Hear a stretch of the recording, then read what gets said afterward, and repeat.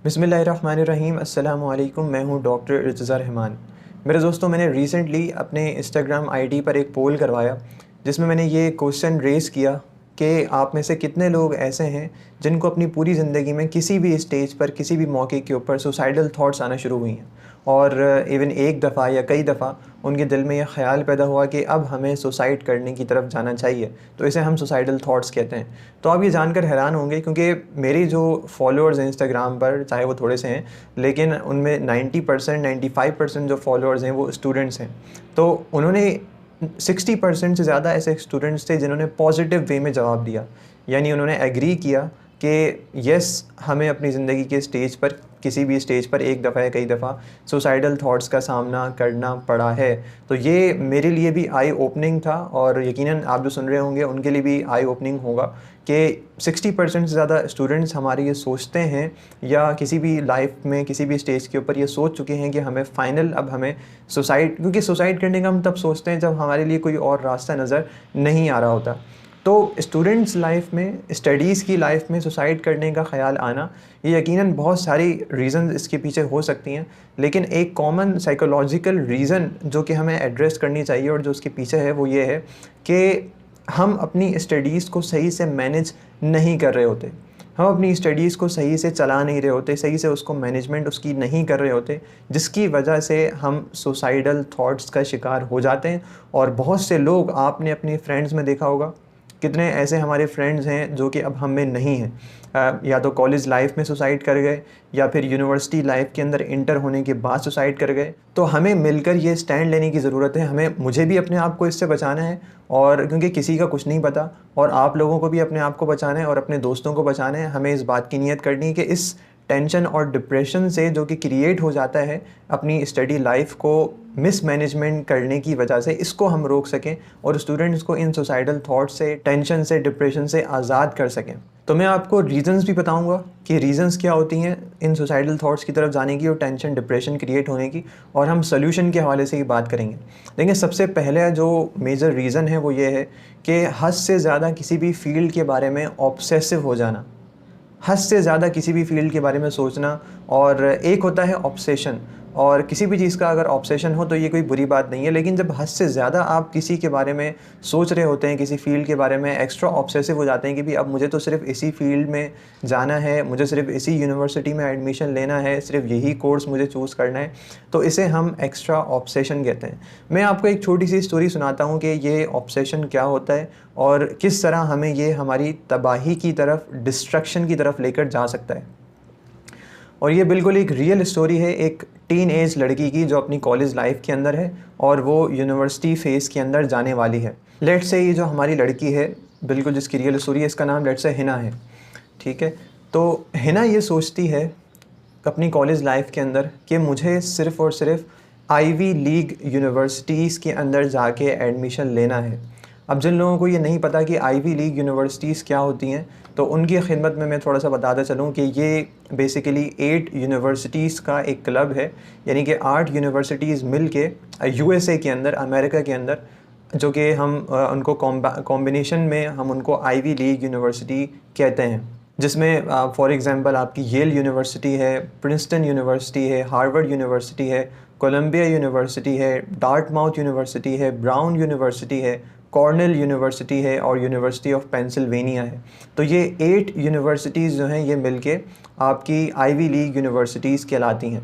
तो इनमें एडमिशन हो जाना ये बहुत प्राउड की बात होती है और बहुत मुश्किल होता है, और इनमें एडमिशन हो जाने का मतलब यह है कि आपकी आगे के जो फ्यूचर है वो ऐसे समझ लें कि गारंटेड हो जाता है, जॉब मिलना आसान हो जाता है, और वहाँ पर पढ़ने की एक अलग वैल्यू है जो कि दूसरी यूनिवर्सिटीज़ के अंदर डेफिनेटली जो फैसिलिटीज़ हमें वहाँ पे हासिल होती हैं वो दूसरी यूनिवर्सिटीज़ के अंदर हासिल नहीं होती। बच्ची ने यही सोचा है, हिना ने यही सोचा है कि मुझे बस कुछ भी हो जाए, आईवी लीग यूनिवर्सिटी के अंदर एडमिशन लेना है, लेना है, लेना है, इसके अलावा मुझे कहीं नहीं लेना। बहुत ज़्यादा ऑब्सेसिव हो चुकी है ये। तो फाइनली ट्राई करती, क्योंकि इतनी ज़्यादा वर्थ ये यूनिवर्सिटीज़ हैं, इतनी ज़्यादा इनकी वैल्यू है, तो डेफ़िनेटली जाना भी कोई इतना आसान तो नहीं होगा, हर ऐरा गैरा तो नहीं जा सकता वहाँ पे। तो हिना ने खैर बहुत ज़्यादा एफ़र्ट की और अपने पेरेंट्स को भी जो है वो राज़ी किया कि भाई मुझे जो है वो आपको एडमिशन दिलवा कर देना है आईवी लीग यूनिवर्सिटी के अंदर। तो अपनी पूरी कोशिश की एडमिशन लेने की, फ़र्स्ट टाइम अप्लाई किया, नहीं हो सका। सेकंड टाइम फिर अप्लाई किया, देन उसके बावजूद भी एडमिशन नहीं हो सका। और डेफ़िनेटली एक जो ये यूनिवर्सिटीज़ हैं, इनकी एक लिमिट होती है जिसके बाद ये जो है वो आपको अप्लाई करने नहीं देती, और जिसमें कैंडिडेट वहाँ पर जाने के लिए अप्लाई नहीं कर सकता। तो वो लिमिट जब पहुँच गई तो उसके बाद डेफ़िनेटली अब वहाँ नहीं जा सकते आप, उसमें एडमिशन नहीं हो सकता हिना का। तो अब जब वहाँ उसको ये पता चला कि अब मेरा आईवी लीग के अंदर एडमिशन नहीं हो सकता, तो सोचें, जो बचपन से गोल था, बचपन से ख्वाब था कि मुझे आईवी लीग यूनिवर्सिटी के अंदर जाना है और कहीं नहीं जाना, मैं पढ़ाई नहीं करूँगी अगर मेरा वहाँ एडमिशन नहीं हुआ, तो अब इस लड़की के ऊपर क्या गुजरेगी। तो इतना ज़्यादा उसको टेंशन और डिप्रेशन वाले सिम्टम्स आना शुरू हुए कि फाइनली उसको साइकेट्रिस्ट की तरफ ले जाने की ज़रूरत पड़ गई।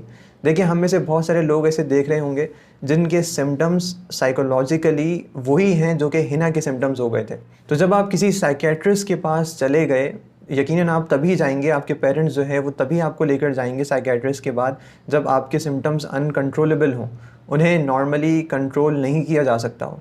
तो नतीजा यही निकला, साइकेट्रिस्ट की तरफ जाने की ज़रूरत पड़ी। फिर साइकेट्रिस्ट ने अगेन उसको मेडिसिन्स दी, एंटी डिप्रेसेंट्स दी, और वो फाइनली लड़की जो कि बिल्कुल नॉर्मल थी, अपनी ज़िंदगी दवाइयों के सहारे गुजारने पर मजबूर हो गई। क्यों? सिर्फ़ एक ऑब्सेशन की वजह से कि मुझे सिर्फ आईवी लीग यूनिवर्सिटी के अंदर जाना है और कहीं नहीं जाना। यही ऑब्सेशन हमारे बहुत सारे बच्चों में है। कोई ये सोच रहे होते हैं कि मुझे तो सिर्फ एमबीबीएस करना है और कोई दूसरी फील्ड मुझे चूज़ नहीं करनी, इसीलिए वो first attempt, second attempt and third attempt देते हैं और अपना पूरा फोकस उसके ऊपर लगा रहे होते हैं और कुछ उन्होंने अल्टरनेटिव नहीं सोचा हुआ होता। वो सोच रहे होते हैं कि हमें लॉ के अंदर जाना है, तो अगर वहाँ वो नहीं जा पाते तो अगेन जो है वो उनके लिए एक बहुत बड़ा सदमा होता है और कोई दूसरी फील्ड उनके सामने नहीं होती, और वो चली भी जाते हैं तो वो सिर्फ एक मजबूरी के तहत जाते हैं और फिर उस फील्ड के अंदर वो एकम्प्लिश नहीं कर पाते जो उन्हें करना चाहिए था। तो इसलिए पहली मेरी एडवाइस आप लोगों को यही है कि आप लोगों को हिना जैसा नहीं बनना, और हमें अपनी जनरेशन को स्कूल लाइफ से हमें बच्चों को ये काउंसलिंग करनी है कि एक फील्ड को लेकर या किसी भी एक गोल को लेके एक्स्ट्रा ऑब्सेसिव नहीं होना। आपको हमेशा अल्टरनेटिव सोचने हैं, और इसका एक हल भी है। अगर फॉर एग्जांपल कोई लेट्स से डॉक्टर बनना चाहता है और उसने सोच लिया है कि मैं तो डॉक्टर ही बनूंगा, मैं तो एमबीबीएस ही करूंगा, तो उसको आप बच्चे को ये बताएं कि आपको एमबीबीएस क्यों करना है। वो कहेगा कि मुझे फॉर एग्जांपल इंसानों की खिदमत करनी है। मैं बहुत इस प्रोसेस को शॉर्ट कर रहा हूँ, एक ये लंबा प्रोसेस होता है क्वेश्चनिंग का। तो वो कहेगा कि फॉर एग्जांपल मुझे इंसानों की खिदमत करनी है, तो आप बच्चे को ये बताओ कि बेटा, सिर्फ इंसानियत की खिदमत एमबीबीएस करने से नहीं होती। आप फिज़ियोथेरेपी को चूज़ करके भी इंसानियत की खिदमत कर सकते हैं। कर सकते हैं, नहीं कर सकते? बिल्कुल कर सकते हैं। आप नर्सिंग को चूज़ करके भी इंसानियत की खिदमत कर सकते हैं। आप साइंटिस्ट बन के भी इंसानियत की खिदमत कर सकते हैं। आप टीचर बन के भी इंसानियत की खिदमत कर सकते हैं। तो बचपन से ही अगर बच्चों की ये काउंसलिंग स्टार्ट हो जाए स्कूल लेवल से, देन कॉलेज लेवल पर, तो बच्चे कभी भी किसी भी फील्ड के बारे में एक्स्ट्रा ऑब्सेसिव नहीं होंगे। सेकेंड थिंग, दूसरी चीज़ ये है कि आप जब पढ़ रहे हैं तो आप मॉर्निंग टाइम में पढ़ना शुरू कर दें। देखें, अपनी फिजियोलॉजी के साथ, अपने हार्मोन्स के साथ बिल्कुल भी बगावत नहीं करें। इन शॉर्ट, नेचर के साथ, कुदरत के साथ, अल्लाह के साथ बगावत करने की कोशिश नहीं करें, इसका आपको बहुत ज़्यादा नुकसान होगा। अल्लाह सुब्हानहू व तआला ने आपकी एक नेचर बनाई है, एक फ़िज़ियोलॉजी क्रिएट की है जिसके मुताबिक आपको चलना है। अब फॉर एग्ज़ाम्पल, हमें सुबह में काम करने का हुक्म दिया गया है, ठीक है, और रात को हमारे लिए यानी कि सोने के लिए बनाया गया है। तो अगर हम सुबह जो है वो सोएंगे और रात को हम काम करेंगे तो हमें वो एफिशिएंसी हासिल नहीं होगी जो हमें हासिल होनी चाहिए थी। हम अपने हार्मोन्स के साथ बगावत कर रहे हैं। हमारे सारे हार्मोन्स जो एनर्जी वाले हार्मोन्स हैं, कोर्टिसोल, एपिनेफ्रिन, नॉरएपिनेफ्रिन, ये सुबह में एक्टिवेट होते हैं। सुबह में ये पीक पर होते हैं, इनका लेवल बहुत ज़्यादा होता है, और इसकी अलामत ये है सुबह हमें सोचने के लिए और तमाम काम करने के लिए दी गई है। तो जो बच्चे सुबह में पढ़ते हैं बनिस्बत उनसे जो रात को पढ़ते हैं, तो उनमें डिप्रेशन और टेंशन के चांसेस बहुत कम होते हैं, और जो नाइट में स्टडी कर रहे होते हैं उनके डिप्रेशन और टेंशन में जाने के चांसेस बहुत ज़्यादा हो जाते हैं, क्योंकि वो अपने हार्मोन से बगावत कर रहे होते हैं, अपनी फिजियोलॉजी से बगावत कर रहे होते हैं। तो आप ये कोशिश करें कि आप मॉर्निंग टाइम में पढ़ें और रात के वक्त ना पढ़ें। अब मॉर्निंग टाइम में बहुत अच्छा टाइम ये होता है कि आप फॉर एग्ज़ाम्पल तहज्जुद में उठ गए और 4 बजे उठ गए या 5 बजे उठ गए, और देन आपने तहज्जुद के बाद पढ़ना शुरू किया और फिर आपने फजर के बाद उसको कंटिन्यू किया, तो आप शाम के 7 बजे तक या 8 बजे तक काफ़ी सारा आप कवर कर लेंगे और थोड़े से वक्त में बहुत ज़्यादा आपको फ़ायदा हो सकता है। So study in the morning time. तीसरी अहम बात यह है कि अपनी स्लीप रूटीन को मैनेज करें। देखें, स्लीप रूटीन अगर आपकी, कुछ लोग तो बहुत ज़्यादा सो रहे होते हैं और कुछ लोग बहुत कम से सो रहे होते हैं, तो अगर ये दोनों बातें होंगी, ज़्यादा सोएंगे या कम सोएंगे, तो आप जब पढ़ाई करने बैठेंगे तो आपको मैक्सिमम एफिशिएंसी हासिल नहीं होगी और मैक्सिमम एफिशिएंसी के साथ आप नहीं पढ़ सकेंगे। जब आप मैक्सिमम एफिशिएंसी के साथ आप नहीं पढ़ सकेंगे तो आपको मैक्सिमम रिजल्ट्स हासिल नहीं होंगे। तो मैक्सिमम रिजल्ट्स आपको जब हासिल नहीं होंगे तो आप अगेन टेंशन और डिप्रेशन की तरफ जाएंगे कि मैं पढ़ तो बहुत ज़्यादा रहा हूँ लेकिन मुझे रिज़ल्ट्स क्यों नहीं मिल रहे। उसकी रीज़न ये है कि आपकी स्लीप रूटीन मैनेज नहीं हो रही और आप जो है वो या तो ज़रूरत से ज़्यादा सो रहे हैं या फिर कम सो रहे हैं, जिसकी वजह से जो नताइज आपको मिलने चाहिए था वो हासिल नहीं हो रहे। तो अपनी स्लीप रूटीन को ज़रूर मैनेज करें। Then fifth one is minimise the distractions. देखें, डिस्ट्रैक्शन वो तमाम चीज़ें हैं, कुछ लोगों को डिस्ट्रैक्शन का मतलब ही नहीं पता, इसकी डेफिनेशन ही नहीं पता कि डिस्ट्रैक्शन कहते हैं किसे। डिस्ट्रैक्शन हम उन तमाम चीज़ों को कहते हैं जो हमें हमारे गोल से दूर कर दे, हमें हमारे मकसद से दूर कर दें। फॉर एग्ज़ाम्पल सोशल मीडिया है, इंटरनेट है, फेसबुक, टिकटॉक, यूट्यूब। जब आप इन चीज़ों के ऊपर ज़्यादा टाइम लगाएंगे या फिर ज़रूरत से ज़्यादा लोगों के साथ, फ्रेंड्स के साथ मिलना और बाहर जाना, तो जब इन चीज़ों के ऊपर टाइम लगाएंगे ज़्यादा तो आप सही से अपनी स्टडीज़ के ऊपर फोकस नहीं कर पाएंगे। तो आप चाहे फिर इन चीज़ों के ऊपर टाइम लगाने के बाद आप पढ़ने की कोशिश करेंगे, फिर भी आपसे पढ़ा नहीं जाएगा। और अगर आप पढ़ लेंगे तो क्योंकि आपने फोकस होकर नहीं पढ़ा, वो आपको चीज़ें याद नहीं होंगी और याद नहीं होंगी तो फिर आप अगेन टेंशन और डिप्रेशन की तरफ जाएंगे। ये बहुत ही सबकॉन्शियस लेवल के ऊपर हो रहा होता है और ये बिल्डअप हो रहा होता है, यानी कि आहिस्ता आहिस्ता करके ये बिल्डअप होना शुरू होता है और देन फिर आपको जब टेंशन स्ट्राइक करती है, डिप्रेशन आपको स्ट्राइक करता है, फिर आपको पता चलता है कि ये मैंने अपने साथ क्या कर लिया। तो ये आप इसको पहले ही होने से रोक दें। और मैं ये नहीं कह रहा कि ये तमाम चीज़ों को छोड़ दें, बल्कि मैनेज करके चलें।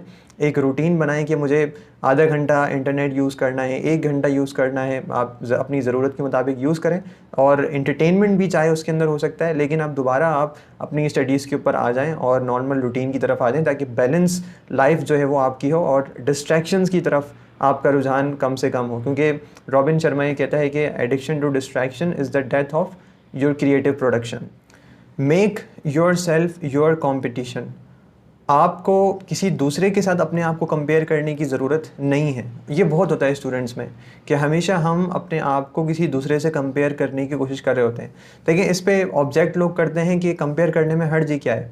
देखिए, एक होता है कंपेयर करना और एक होता है इंस्पायर होना, ठीक है ना।